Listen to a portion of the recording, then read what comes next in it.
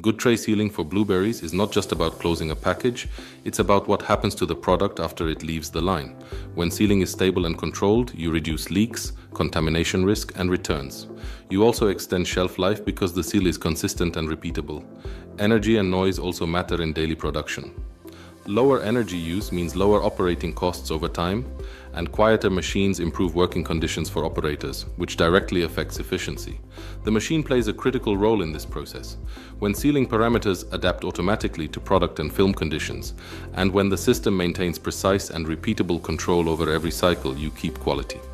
In the end, good tray sealing is about the right machine working in the right way. It's about fewer problems and more stability from the first tray to the last.